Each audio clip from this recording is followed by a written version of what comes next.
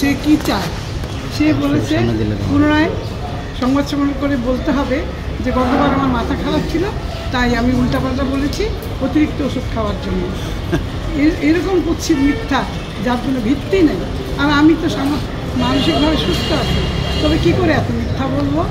এগুলো বললেই নাকি আমি আমার অধিকার ফিরে পাবো। আমার থাকবার জায়গা থেকে সে জবরদখল করে আছে। তার পারিবারিক জীবনে নানান জটিলতার জন্য সে আমার কাছে থাকতে চেয়েছিল, আর সেই কিনা আমাকে জোর করে ভয়ভীতি থেকে বাসা থেকে বের করে দিল এবং 1.5 বছর সে আমাকে বাসাতে ঢুকতে দেয়নি। এত মিথ্যা যে 2024 সালে শেষে এসেও সেই স্বাধীন বাংলাদেশে সে বিদর্ভে দখলদারি করছে। এখন কীভাবে আপনাকে নির্যাতন করছে? আমি আসছি ঢাকায়, লুকায় থাকতে হয়, এখানে থাকি, এখানে পালিয়ে থাকি, যেখানেই থাকি। সম্ভাব্য আমার আত্মীয় বাসায় লোক পাঠায় আমাকে মারতে, এরকম করেছে। গততে করেছে, এখনও তো কালকে রাত্রেও সে আমাকে ভয় দিয়েছে। আমি ধরি ভয়ভীতি দেখা। এখন কি ধরনের ভয় দেখায়? এখন এগুলা করতেছো, এটা করবো না, এটা করবো না। আমি তো ফোন ধরি, কালকে আমি ফোন ধরিনি, ওর ওই মুখাপেক্ষি হইনি। না, আমি যাইনি, আমি যেতে চাই, আমি এই জন্যই এসেছি। এখন তো আমার দেশ স্বাধীন। আপনার মূল অভিযোগটা কি বুঝতে পারলাম না। আপনি কি চান? মূল অভিযোগ চাচ্ছেন সেটা একটু বলুন। আমি আমার মানবাধিকার চাই, আমি আমার নাগরিক। সেই মানবাধিকারটা কিভাবে? আমার নিজের বাড়িতে আমি থাকতে পারছি না, আমাকে বের করে দিয়েছে।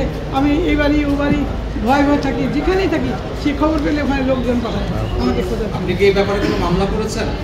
না, আমি তো আমার বাড়িতে মামলা। তাহলে অধিকারটা কিভাবে ফেরত পাবে না? আমি আপনাদের মাধ্যমে জানাতে চাই। আমরা তো আপনার বাড়িতে যাইতে আসবো না। আপনি কি কোনো মামলা করেছেন কিনা? আচ্ছা ভাই, সে তো আর সেটা বলছে না যে মিডিয়ার কাছে ফেরত চায়। আচ্ছা, আপনি একটু গোছায় বলেন তো যে মেয়ের সাথে আপনার এই সম্পর্কটা এত তিক্ত হলো কেন? হ্যাঁ, মানে কি কারণে সে এটা করছে?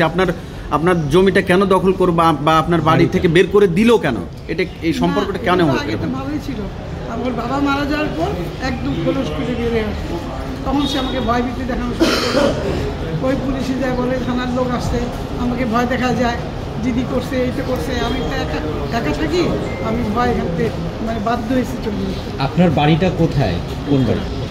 এইটা একটু সংক্ষেপে আপনি বলেন যে উত্তরায় আমার এই বাড়ি, সেই দখলদারি, সে উত্তরায় বাড়ি, ওগুলো সহ বলেন আপনার বাড়ি। আমার বাড়ি, আমার বাসার থেকে বাবা মারা যাওয়ার পর আমাকে বের করে দিল ভয় দেখিয়ে। এবং এই দখলদারি শুধু এখানেই নয়, আমার গ্রামের বাড়ি নীলফামারীতে, আমার মানুষের গ্রামের বাড়ি, সেখানেও আমাকে নিষিদ্ধ করেছে। আমি যাতে ওখানে না যেতে পারি সেই জন্য সে ওখানে এলাকার সন্ত্রাসীদের লাগিয়ে দিয়েছে। তার নামে ফাউন্ডেশন করে সেই সন্ত্রাসীরা আমাকে ভয় দেখায় এবং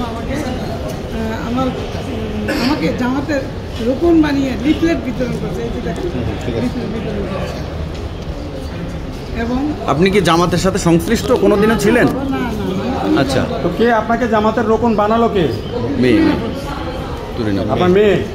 তো আপনাদের এই পারিবারিক সমস্যাটা আপনারা পারিবারিকভাবে কি মীমাংসা করতে পারলেন না?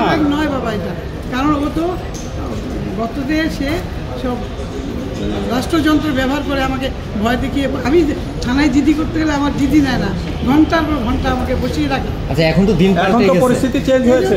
আপনি করেন, এখন আবার নতুন করে থানায় যান, অভিযোগ করেন। যাইনি, আমি যদি আপনার সাথে কথা বলি তারপর। আচ্ছা, ঠিক আছে। আমার মনে হয় আন্টি, এতদিন তো উনি আগে প্রসিকিউটর ছিল, আপনি যেটা বলছেন যে পাওয়ার এক্সারসাইজ করে, এখন কি আপনি বাড়ি ফেরত চান, তাই তো? এটা একটু বলেন। আইনগত ব্যবস্থা নেই। বাসায় উঠতে চাই। উত্তরার বাসা? ওই কত নম্বর বাড়ি বলা যাবে? 15 নম্বর হাউস, 11 নম্বর। আচ্ছা, সেক্টর 3 15 হাউস। ওর মানে এই পাওয়ার তো এখন নেই, এখন তো প্রসিকিউটর। এখনো ভয় দেখাচ্ছে। আচ্ছা, আপনার পুরো নামটা বলেন। শামসুন নাহার ইসলাম। শামসুন নাহার। আপনি তো উত্তরা থানায় একটু যোগাযোগ করেন, উত্তরা থানায় যোগাযোগ করেন।